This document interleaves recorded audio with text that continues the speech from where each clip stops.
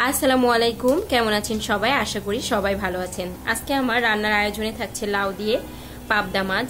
এখানে আছে করলা চচ্চড়ি করব, পেঁয়াজ মরিচ কেটে গুছিয়ে রেখেছি। তারপর আছে হচ্ছে লাউয়ের সিল্কা। লাউয়ের সিল্কা ভাজি কে কে খেয়েছেন বলেন তো? আমি হালকা একটু আলু দিয়েছি যাতে একটু নরম হয়। তারপর রান্না করব হচ্ছে ছোলাটা বিকালে নাস্তার জন্য। যেহেতু আমার কাজের খালাটা এখনই চলে আসবে রান্নার পরপরই, তাই আবার রান্না করে চুলা টুলা ময়লা হয়ে যাবে, যার কারণে আমি সব রান্না দুপুরেই সেরে ফেলবো। আজকে আপনারা কে কি রান্না করছেন বলেন তো?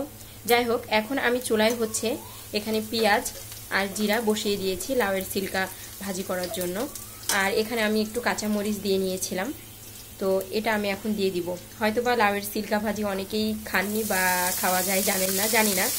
আমার থেকে আপনারা অনেক ভালো ভালো রেসিপি কিংবা রান্না পারেন, আমি তো সামান্য। আপনাদের কাছ থেকে অনেক কিছুই শেখার আছে আমার। যাই হোক, তো এখন আমি লাউয়ের সিল্কাটা বসিয়ে দিয়েছি এখানে। তারপর আমি হচ্ছে যে এখানে লবণ দিয়ে দিব, আর এখানে হচ্ছে যে হলুদ দিয়ে দিব।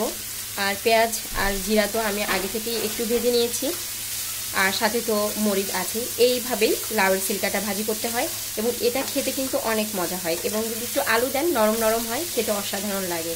যাই হোক, এই ছিল আজকের ব্লগ। আল্লাহ হাফেজ সবাইকে, ভালো থাকবেন।